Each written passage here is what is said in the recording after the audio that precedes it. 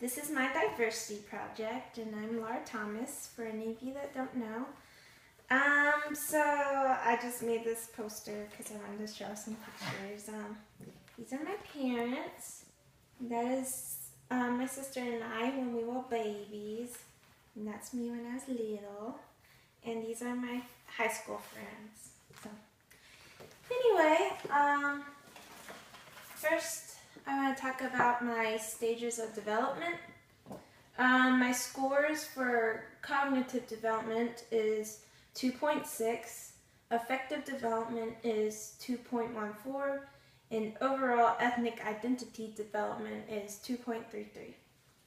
So for Erikson's stage of development, I said that I was in the intimacy versus isolation stage because at this moment in my life, I'm focused on relationships and forming strong bonds with my family and friends. And then for Finney's stages of development, I put unexamined ethnic identity because up to this point, I honestly haven't thought much about my ethnicity at all. This is kind of just one of those things like, oh, I'm white, I'm an American. So it's been really interesting to look into that. And then for Marcia's stages of development, I put identity achievement. And this is very new for me because for a really long time I've been like searching for who I was and like what my identity was. But I finally feel like I'm figuring myself out, and I'm happy with that. And I've accepted that identity and I'm committed to it. So, next we're going to talk about my ethnic origin. I'll start with my mom's side. That's my mommy. When she was younger, she's not that young anymore. Her name is Becky Hooten Thomas. And both sides of my family are deeply rooted in America. I know for sure on my dad's side we've been here like since the 1600s. But we don't know a whole lot on my mom's side, but we have English roots. I know that for sure. And then on my dad's side, his name is Daryl Thomas. And we know a little more on his side because he's gotten really into ancestry and like figuring out his DNA and everything because he doesn't have much family living, so I think it helps him to feel more connected to his family. But anyway, like I said, my ancestors on his side have been in America since the 1600s, so before we were even the United States of America. My father, like I said, had his DNA tested, so I know his ethnic origin is mainly Irish, Scandinavian, and English. I did some research to see customs that my family still has from these origins. One Irish custom still present in my family is our informality and our openness to share and talk with strangers. Especially my dad. He doesn't know a stranger. He'll talk to anyone. And then one Scandinavian tradition that's still present in my family is that our main Christmas celebration we do on Christmas Eve. So, it's pretty cool. Next, we're going to talk about me. Alright, so I am 21. Now I'm almost 22. Actually, in exactly a month from today, I'll be 22. My gender identity is female, and then my sexual identity is heterosexual. My ethnic identity is English American, and then my racial identity is Caucasian. And then I wanted to put some interesting facts just to tell you guys a little bit about me. So, one is I've been skydiving about two years ago, almost 3 now, and it was awesome. I have a dog named Luna, who's awesome. She's somewhere around here, but I won't go find her.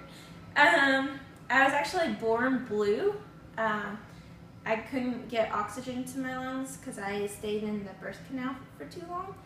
And I had to go in the incubator, and they thought they were going to have to care flat me. But then it got better, and I'm no longer a Smurf, so that's good.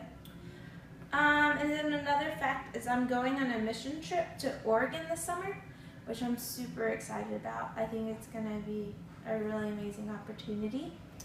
And I also put some pictures on here. That's my sister and I. And then this is my sister and I with my great-grandpa. We called him Granddaddy, and he was really special to me. And next, I'm going to talk about my religion/spirituality.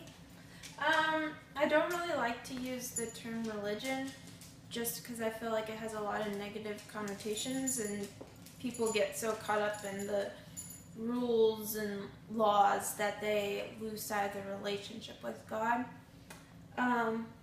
But my Christian faith is very important to me. I daily depend on my relationship with God, and it's become really strong in the past 6 or 7 months, and it's really important to me, and I'll talk more about why later on. But as far as my Fowler stage of development, I said that I'm in stage 4, which is individual reflective faith, because I feel right now that I'm really digging into my faith and figuring it out for myself instead of just listening to what others say. And okay, next we're going to talk about physical disabilities. My family has faced a few physical disabilities. There's a history of heart disease on my dad's side of the family, and then there's a history of high cholesterol on my mom's side of the family. My paternal grandfather has type 2 diabetes, and my paternal grandmother passed away from lung cancer, and my paternal grandfather and one of my paternal uncles passed away from heart attacks. And next, I want to talk about mental disabilities that I faced. I've struggled with depression for about 5 years now. I've been on medicine for it for about 2 years. My depression led to a lot of self-harm and even an eating disorder, and I just lost my joy and my motivation for life. But it's gotten substantially better since I've grown in my relationship with Christ. And also I've struggled with bulimia nervosa.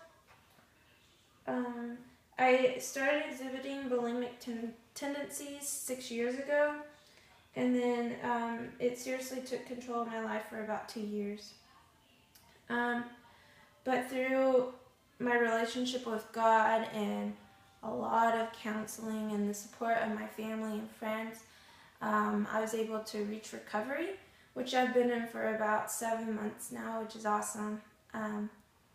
And it's just opened a lot of doors for me, and now I see my eating disorder as a blessing because I'm able to reach people that I was never able to before. And I've actually had the opportunity to start a group called Truth Is at Tarleton that promotes positive self-esteem and body image. So that's been really cool and something I would have never been able to do without this disability. It's still a challenge even though I'm in recovery, but I've learned how to manage it, and it no longer has control over me. Okay, so lastly, I want to talk about implications for social work practice. So having struggled with my bulimia and depression, it's really going to help me in the social work field because I'll be able to reach people in a way that I never would have been able to before. And then understanding my ethnic identity and self-identity will allow me to help other people who are struggling with their own identities, which before this project I honestly hadn't really taken the time to look into it. So that's good. And then my close relationship with God allows me to love and care in a capacity that I was never able to before. And my relationship with God helps me to separate other people's problems from mine so that they don't take control of me, because I'm able to lift them up instead of holding on to them. And then just gaining knowledge of the diversity that surrounds me helps me to become a more competent future social worker. So I think that this project is really going to help me in social work in the future. And I will have my genogram and my PI assessment and also my sources. I'll have those 3 handouts to give to you guys on Thursday. And feel free to ask any questions. I'm totally open to talk about like my eating disorder and depression. So don't be afraid to ask questions about it or anything else. And I'll see you guys on Thursday.